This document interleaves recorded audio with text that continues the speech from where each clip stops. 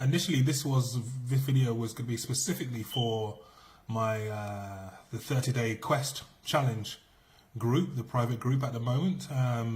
This is based on some feedback that I've had from a couple of people, and I don't know if you can relate to this, but the feedback has been that they've not done as much as they thought they could do. They've not done as much of the work.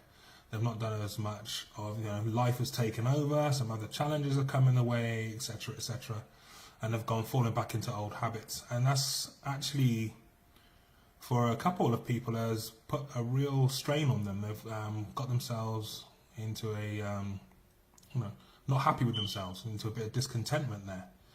And you have to understand that this is completely normal. It's life. Life takes over. We always want to make these massive, grandiose steps towards our vision and things like that, when the bottom line is a 1% change or difference every single day will give you a massive effect, at the end of the year. If you look at the power of compounding, this is the 8th wonder of the world, as Einstein calls it.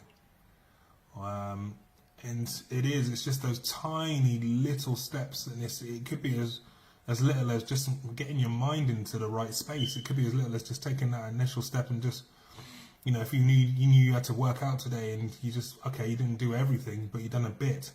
And I'm not saying that you don't play full out, but the reality of life is that you cannot go, you have this great plan in place, and the probability of you sticking to that 110% is unlikely.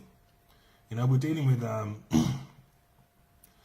with our current reality, and our current reality has been dictated by things that our thoughts of our past, and they will keep us in that space. However, those 1%, the tiniest little differences, soon mount up, and then all of a sudden you'll look back in 6 months and realize that you're in a completely different space. So my point is, okay, you can't do the work, but just do something. Do a little bit. I think it's and just be conscious and be aware of the things that you do automatically, the kind of that unconscious behavior. I think Carl Jung puts it beautifully when he says, until you make the unconscious conscious, it will direct your life, and you'll call it fate. So it's about having awareness of your old ways of being and introducing something small. A small change will have a significant difference over the course of time. I thought I'd share that with everybody because it's really relevant. I'm guilty of this too, and beat myself up over not achieving something, not being in the space where I thought I'd be because of the things that have gone on and some other things that have taken place. I had to take priority for that point in time, and a lot of it is down to old ways of how I used to be. So there's always a transition, there's always growing. It's when we ignore things is when we stay stuck and don't move. We have to go through it. And here's the thing, it's going to be painful, it's going to be trying, super challenging.